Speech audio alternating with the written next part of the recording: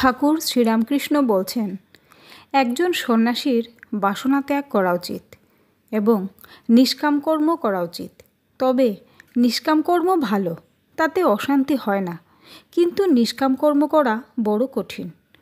মনে করছি নিষ্কাম কর্ম করছি, কিন্তু কোথা থেকে কামনা এসে পড়ে জানতে দেয় না। আগে যদি অনেক সাধনা থাকে, সাধনের বলে কেউ কেউ নিষ্কাম কর্ম করতে পারে।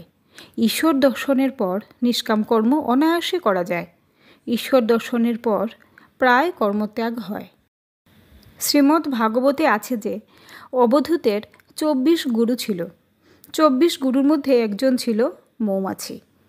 মৌমাছি অনেক কষ্টে অনেক দিন ধরে মধু সঞ্চয় করে, কিন্তু সে মধু নিজের ভোগ হয় না। আরও একজন এসে চাক ভেঙে নিয়ে যায়। মৌমাছির কাছে অবধূত এই শিখলেন যে সঞ্চয় করতে নাই। সাধুরা ঈশ্বরের উপর 16 আনা নির্ভর করবে, তাদের সঞ্চয় নাই।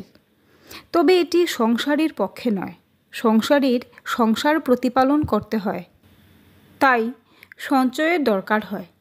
যেমন পাখির যখন ছানা হয় তখন সঞ্চয় করে, ছানার জন্য মুখে করে খাবার আনে। জয়তু শ্রী রামকৃষ্ণ।